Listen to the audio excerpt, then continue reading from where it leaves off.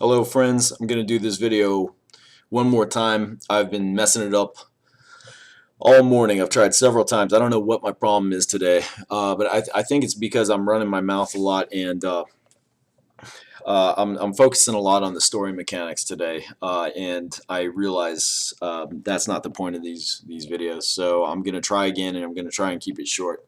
I ended up using a term that I started to realize was probably considered by today's standards to be politically incorrect. I almost just went with it, and then I was just like, you know what? Nah, I really don't want political correctness to dictate my language, because I think that's I hate this new kind of censorship where you got to worry about all these words that we didn't have to worry about when we were kids.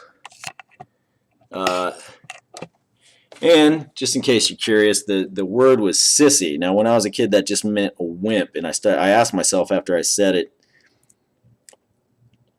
you know what? I don't even care, because that's all it means to me. Someone's got a problem with some word. It's like there's like 1,000 words you're not supposed to say today. That's ridiculous. I just can't believe. I should have just kept going. Whatever. People get offended that easily. They should just lock themselves in a basement and suck on their thumb. Okay, so I completed this page yesterday. I was at the church where my daughter goes to preschool, and when they have a snow delay there, when they open an hour late, we're talking 2-hour classes, and it's a 20-minute drive to get there and a 20-minute drive back. Of course, it doesn't change for the drive back unless there's traffic. That's 40 minutes on the road I spend, and I said 40 minutes on the road for 2 hours. You know, they're kind enough to just let me stay in the library and get my work done, which is fantastic. But on the other hand, I didn't get to share drawing this page with you all, and I regretted that. I really like this page. Once again, I had this dream where I saw some old friends and got to talk to them, and I liked the dream. I thought it was so cool and unique. I decided to use that for my protagonist and how he gets this visitation from these higher dimensional beings who tell him something important he needs to know. Now, obviously, when I was thinking about this, I said these are not the actual friends. These are higher dimensional beings speaking to him through the faces from his memories. And once again, that is not lifted from contact whatsoever, though very, very close to what pretty much exactly what the aliens did in that film. It was just the natural. To me, this developed completely independent of that. I just said if they're telling him something, it's not very believable that these are his friends who are just having their day-to-day lives in suburbia, and they say, "Hey, I'm going to go visit my old friend's dreams and tell him about this thing, this event that's happening that he needs to know about." They would have no means of knowing about this. So that is how I came to the logical conclusion. And also, as I was doing this, I said, of course, my protagonist, who once long ago got to star in the film Door to Death, he dropped these old friends in favor of his new life. He just thought he got an ego and he left them behind. And of course, later on in life, when he got burned out by the industry, left behind and just hit rock bottom, he of course lamented all the true genuine friends he left behind. That of course, I speak a lot of my own experience and emotions through this story, and I can relate to that on the level of just how I let friends go, mostly because of the moving and just the kind of issues of depression I was dealing with from all that and from all the other BS. But anyway, I'll spare you all that too. How long have we gone on? 4 minutes. That's not terrible. So yeah. And in that dreams are not governed by the laws of time and space. Once again, you know how in dreams you will suddenly be in another place, in another situation, just fluidly. Well, he's of course lamenting leaving these friends behind. Once again, let me just show them to you as he sees them in the dream at first. There they are all grown up and looking great, and great to see y'all again. And yeah, suddenly he's remembering them, how them as kids in school, and then he's talking through his self, his child self, to his friends who are now children. Of course, they're in present time. And this to me flavored a lot of Goonies, and just even though that's not what's going on, it reminded me of those great old movies from my childhood, which can relate to other children of the '80s, um, of being a kid and going up against a monstrous force, or looking for pirate treasure, or fighting bad guys.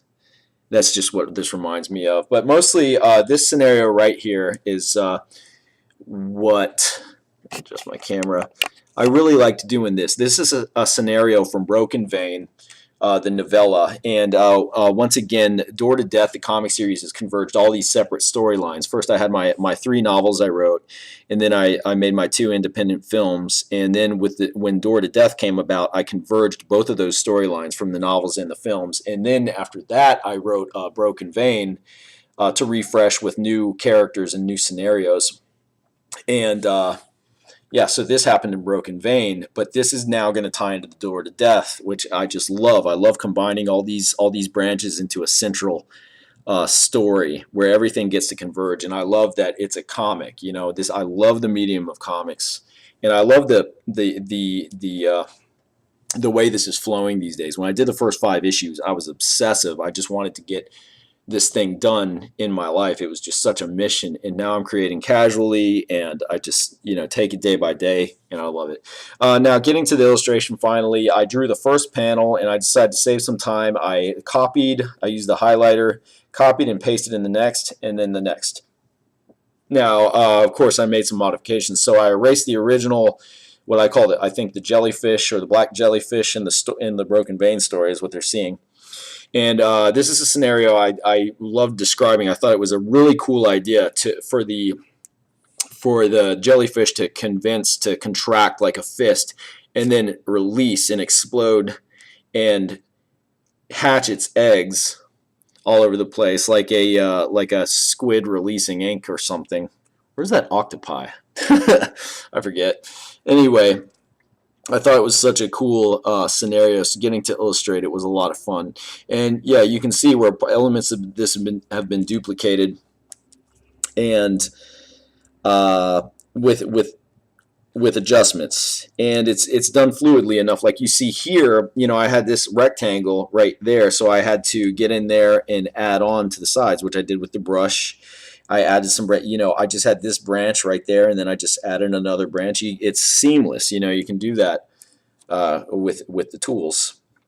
So yeah, that was a lot of fun. Then I did this page mostly while my daughter was at dance class. It's great. She loves dance class, and I get to sit in the lobby, and I get to see her dance on the monitor, while intermittently, when things slow down, I have my tablet with me. So I was illustrating. I got up to about here, and I did the rest last night before I went to bed, because it was a fairly simple page and a lot of fun to do. I love doing simple pages after some complicated ones, which once again, the monster the other day, that was a doozy, but a lot of fun to do.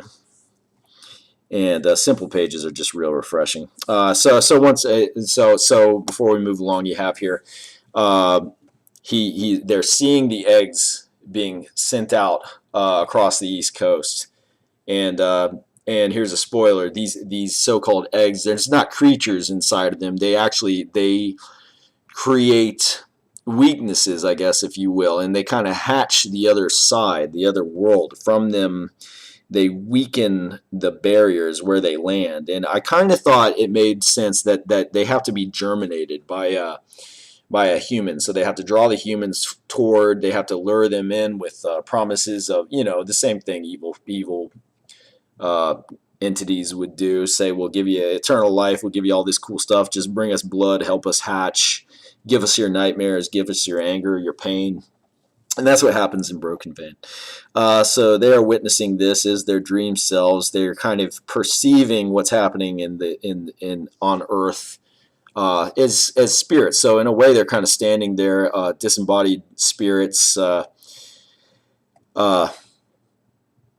yeah, and he's like, "What's going on?" And this panel I thought was kind of interesting because it reminded me of anime, and I'm not a big anime fan, but it just reminded me of the anime theatrics.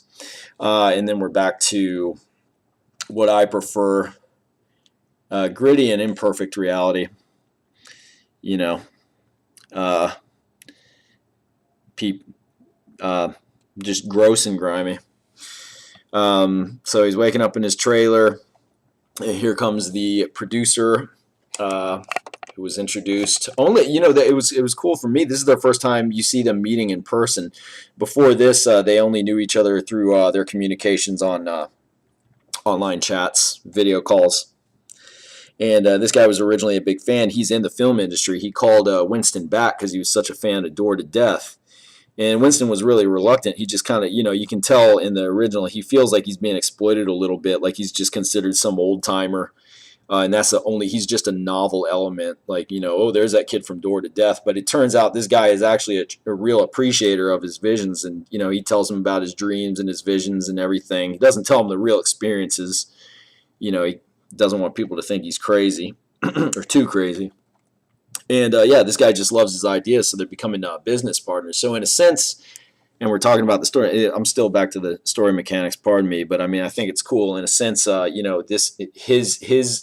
There's something of the other side that's tapping, that is wired through his imagination, and he's kind of perceiving that, and they are making films. And I am going to keep this pretty short. This I am sorry to say is going to be primarily, and because I'm keeping it short,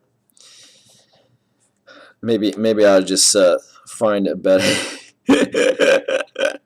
We're about to get like almost R-rated here, everybody. Okay, just be warned. Nothing too awful. Hard PG-13. Okay. So I've brought you up to speed. I'm telling you about the story. I did this before I went to bed last night, just with whatever leftover energy I had, and then I got to this, and I said, "Oh my God, no!" So let's bring the size up. Sorry to neglect you all. I get going. Sometimes I forget that while I can see it pretty good, it's still pretty small on the video for you. Okay, so I don't know how well you can see this pencil, but here's a monster, and I thought, how cool would it be if the monster they have created for this film, spoiler, okay, but that's all right, shows up later. It shows up very soonish, and I think it's going to be drawn. I have not drawn the thing yet, and I want it to be prominent enough that you can catch it. I don't want people to miss it, so he's got to stand out a little bit, all right? And now for a while this was just a concept drawing I did. Now of course often when I'm just sitting idling and I start drawing a painting, I'll usually when I'm making a single painting, a piece, I'm usually drawing either monsters or pretty women or a combination of the two.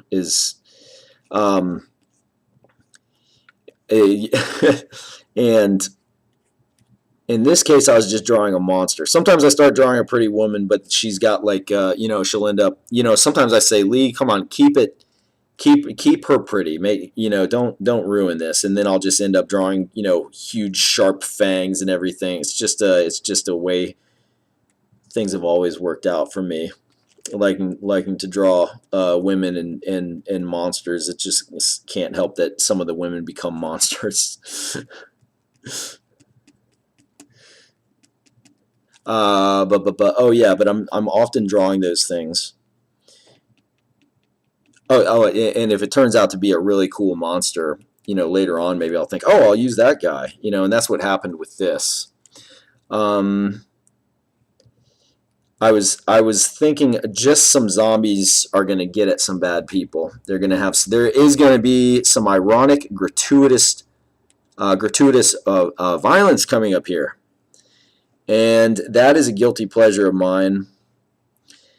You see something that really ticks you off, and of course, you don't want really lousy people to meet this kind of fate. But in comics, if monsters have got to get somebody, do you want? It's no fun when they get the nice people. Sometimes it's just a nice, refreshing thing when some real lousy people demonstrate themselves to be very rude nuisances, and maybe not, while not really worthy of being devoured by monsters, you don't really feel as bad in a comic when that happens. Now in real life, if somebody's just as crappy as the people I'm about to introduce in this comic, you don't really want them to be eaten by monsters. That's wrong. That's immoral. But if they were to be eaten by monsters, it's really not as bad as if it happened to like a really nice person. So that therein lies the somewhat guilty pleasure of enjoying horror fiction, where ironic punishment is doled out by forces of chaos. And I think one problem with that is, and that's where kind of anti-heroes are born sometimes, who do really vicious, horrible things, sometimes deemed in fiction necessary evils. I What time is it? Oh man, I'm running out of time. I want to get some exercise today too. Okay. I think we're almost. I think I'm not even having that much fun with this panel. It's gonna have so much stuff going on. This is a movie set, okay? And it's just besides, I'm gonna do these parts, and I just feel that this is kind of boring for you. So let's wrap this up. I got to talk a lot about story today. I got to show you a little illustration. I got to reflect on the illustration. And as you've probably, if you've watched much of my videos, you've realized that I focus a lot on the other aspects of creation and talk about how ideas come to surface. And I'm fine with that. That's just what you're going to get here. Like I said, if you just want to get straight to the mechanics of Manga Studio, there are better videos than this one. If you like my style and like watching the creation and want to hear a little bit about how some of these ideas came about, I'm more than happy to run my mouth and share them with you. Okay, so once again, this is going in the direction of some guilty pleasure. Now, I got to tell you where I was over at, I don't want to say the name of the park, but I was at a park, a family theme park, okay? And with my daughter, who once again is 4 years old. And before I get into this, I need to confess I was an idiot teenager. I was a jackass, angry teenager. And man, if I could go back and take back a lot of the stuff I would do, I back then, just a lot of this stupid behavior. I wasn't horrible. I just did some dumb stuff that made myself a little bit of a nuisance, especially senior year when I was losing my mind. Really. I was just acting like a complete jackass because I was so angry to hear that we were moving right after graduation and just nothing mattered. I became a nihilistic jerk with a nice heart down there somewhere. But I guess where I'm going with this is, before I talk real bad about these people I saw at the theme park, I need to confess my own sins. Okay, and once again, why we forgive. But it ticked me off. I was at the family theme park. I'm walking in there with my daughter, and I see this girl who drop her pants, show off her stupid thong and her gross, disgusting butt cheeks, while someone took a picture. She had her friend take a picture. I'm like, dude, you can take thong pictures anywhere. It's hot weather. You can show your butt so many other places where there aren't people walking around with their families. And I walked by. I said, well, that's disgusting. Like, we want to see her butt, And, if it had gotten taken a little further, I might have actually addressed them, straight up. Put your butt cheeks away, you disgusting, what, POS or what have you. It was tacky and gross. I said, you know what, they're probably like 20 years younger than me. That's depressing. But, and I'd like to think, no, I can't start. I don't think I would be taking, even at my worst, even at my lowest, I don't think I ever took my butt out. Actually, even just talking about it, that sounds like really bad, but that's exactly what this young lady was doing. And, so I just imagine real crappy people who would do something like that and just not have much of an issue with it. They say, like, it's natural, it's who I am. So are a lot of things that we don't just parade around family theme parks. So anyway, yeah, I mean, come on. Seriously, people. But, and no pun intended on that, but that's where this come from. So there you go. There's the big payoff. They're in the restaurant and they're being indecent taking butt pictures. I'm not keeping this. I want to do some test drawing right here. I'm not going to keep this ink. Okay. So these people are being rude, and we have a feeling something with all these monsters lurking out there. They might be. I just want to. Just you know what? Yeah, there. It's a butt. Now I feel guilty because you came all this way just to watch me draw some nasty woman's butt cheeks. There it is. I think we're gonna end it right there. I'm gonna say goodbye to y'all. Take my high-tech camera. Hope that didn't feel like too much of a waste of time. 20 minutes, not too terrible. Hope you got something decent out of that.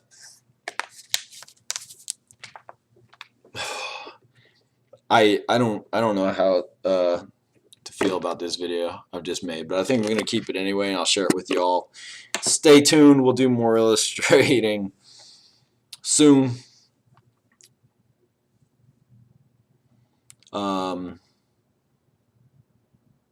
Yeah, before I go, just Door to Death issue 6. This is what, page 17. So we're after this, we're going to be 5 pages away from complete. You can look forward to enjoying the full comic. And I mean, if you pay attention, you will see when I do the free promotion. Check it out, and if you like it, buy the ARC, the paperback or the Kindle version of the first volume. See ad, you'll see an ad tacked on here. I'll probably do some review videos too soon. Just take a little time just to talk about things that I think are fantastic. The only things that are really popping in mind right now, I probably already brought up, but the new Leatherface movie, I loved it. Brawlin's Cell Block 99 with Vince Vaughn, loved that. Yeah, probably some metal albums, all that stuff. So anyway, thanks for checking in. I apologize for whatever excesses of this video. Blah, blah, blah. Okay, all right. Where's that button? Bye-bye.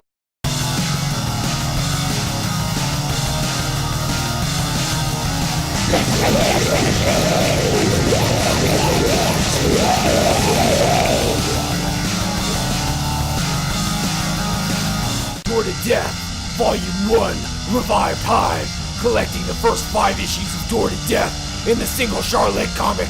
Oh man, it's so brutal, it's gonna make you puke blood all over the place. Totally blood puking, awesome, nasty, so savage, just kill yourself. It smells like crap, it's so awesome. It'll make your girlfriend spray love sauce all over the walls, and then you'll go crazy. Pick up a copy for your nephew, he'll think you're the coolest uncle ever. Kill me, even though no one ever calls you, you're still loved. Never give up hope.